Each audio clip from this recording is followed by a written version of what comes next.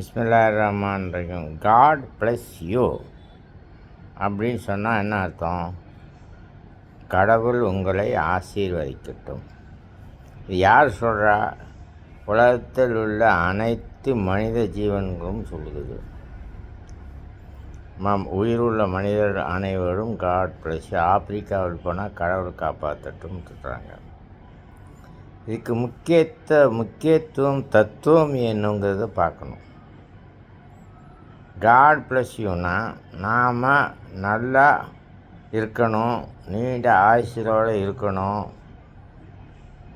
நம்ம குடும்பத்தில் எல்லோரும் நல்லா இருக்கணும், மனிதர்கள் அனைவரும் நல்லா இருக்க வேண்டும். அதுதான் காட் ப்ளஸ் யூ. அதுக்கு பின்னாடி ஏன் மறுபடியும் ஒன்று கடவுள் வர்றாரு? இதுதான் சிந்திக்க வேண்டிய விஷயங்கள். சிந்தியுங்கள், உங்களுக்கு புலப்படும்.